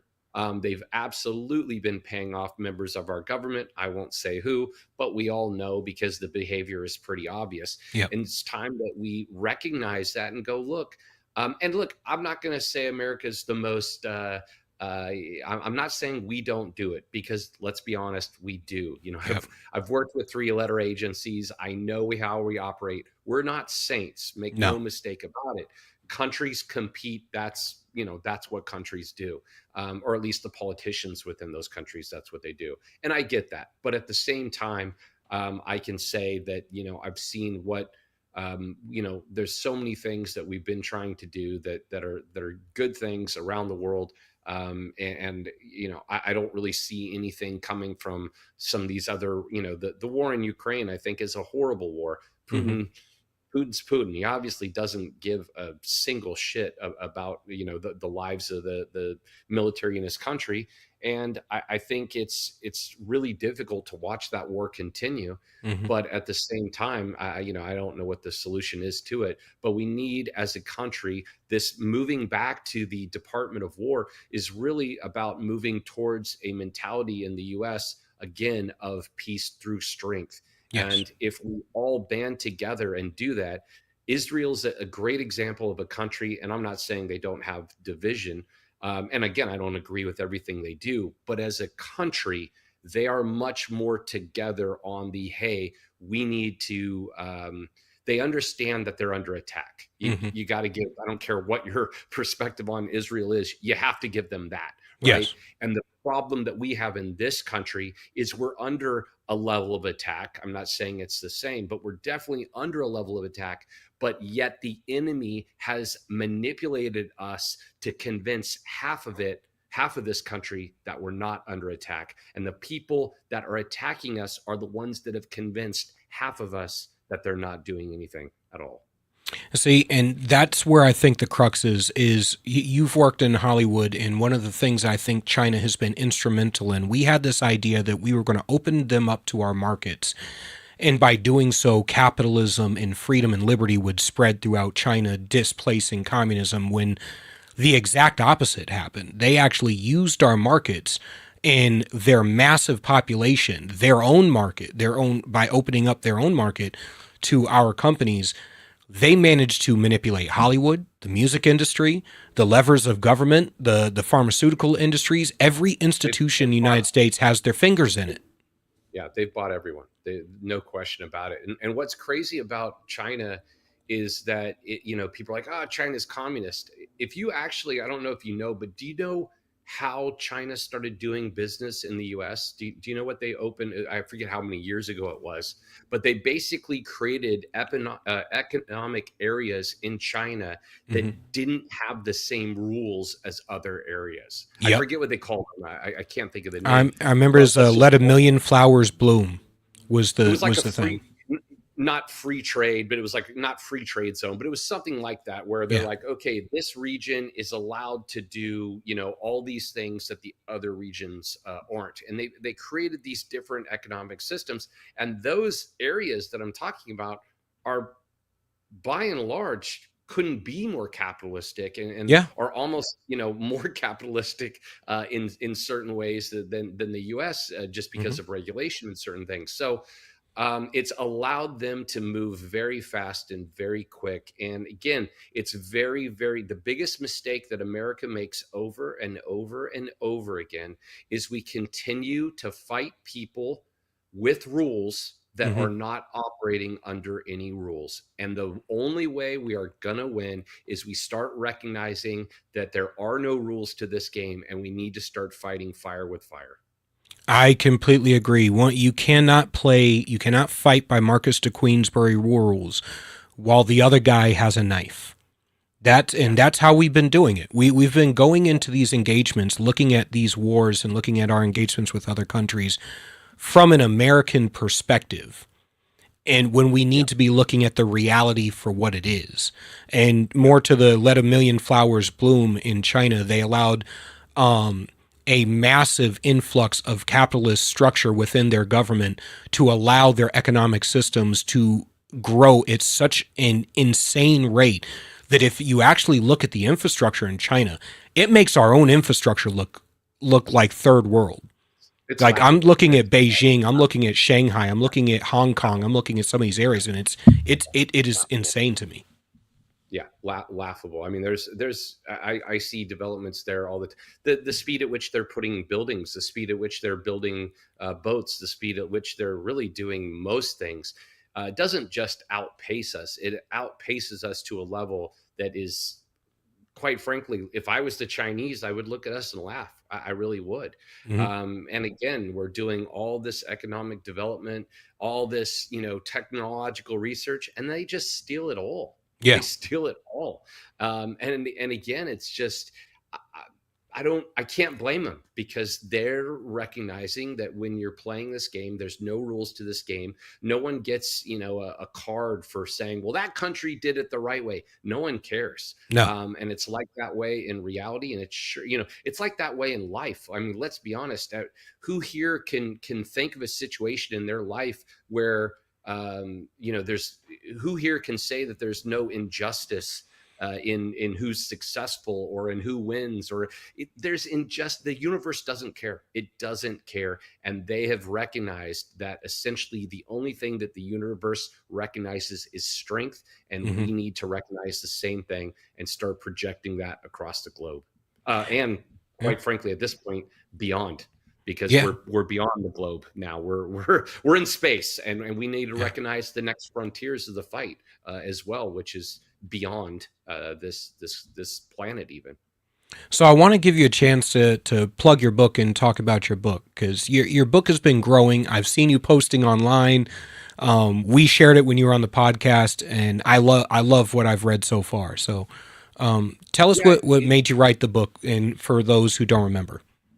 Yeah, so what the book is really about is, for years, I said medically retired. I got injured in Iraq, got medically retired, and went through about a 4-year recovery process of surgeries. And I was absolutely clinically depressed. There's no two ways about it at this point. And I went in for mental health services, and I was told over and over again, that I had PTSD. And I don't think I said this when we first talked, but I'll mention it now because I kind of figured out a different way to explain it. And that's this. PTSD, the first word in PTSD is post. You can't have post-traumatic stress disorder unless you have pre-traumatic stress non-disorder, right? And what I've realized is the problem with PTSD as a diagnosis is it assumes that everyone has that pre-traumatic stress baseline. Yes. And what I learned over time about myself, and what I've learned about every veteran that I've come into contact with, is that for the vast, vast, vast majority of us, we didn't have a pre-traumatic stress baseline. We grew up in childhood environments that were extremely chaotic, and therefore our brains and nervous systems never had a pre-traumatic stress baseline. And so what I, came up with, the concept I came up with to explain how I felt, I call it LTSD, lack of traumatic stress disorder. I grew up in a chaotic environment to where my brain and nervous system made my brain calm when the environment was chaotic, because that was the environment I grew up in.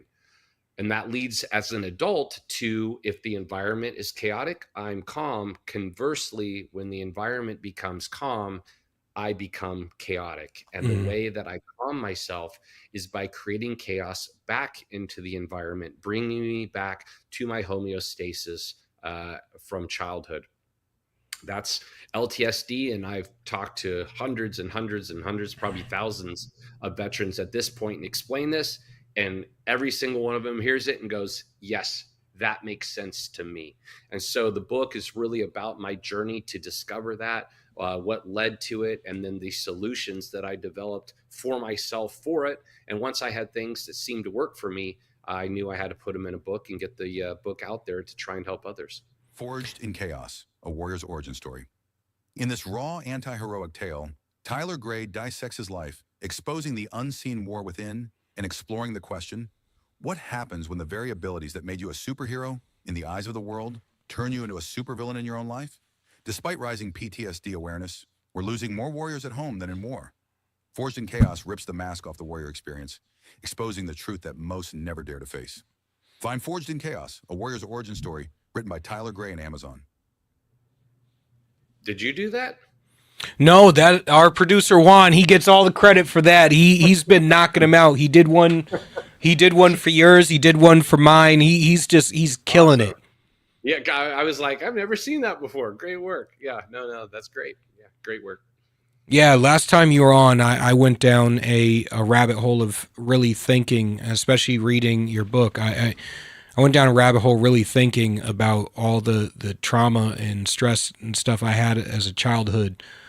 and in realizing that it wasn't PTSD, and it was exactly that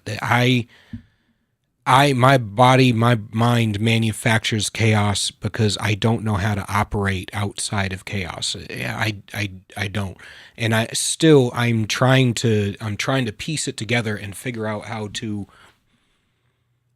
not recreate the chaos when I'm in a moment of calm now. And all I did was I went from the chaos I had as a childhood to just piling on more and more chaos as I got older. And now when I do have moments of calm, I'm just immediately I go to that. All right, well, there has to be another shoe about to drop.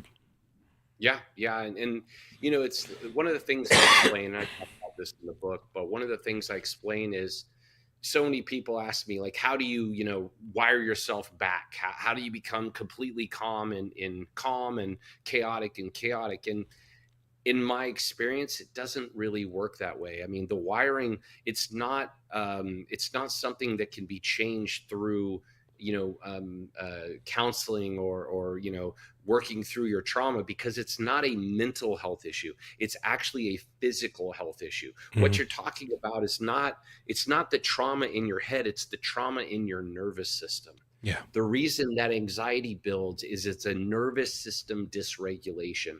And that's really, not easy to change unless you change something physically.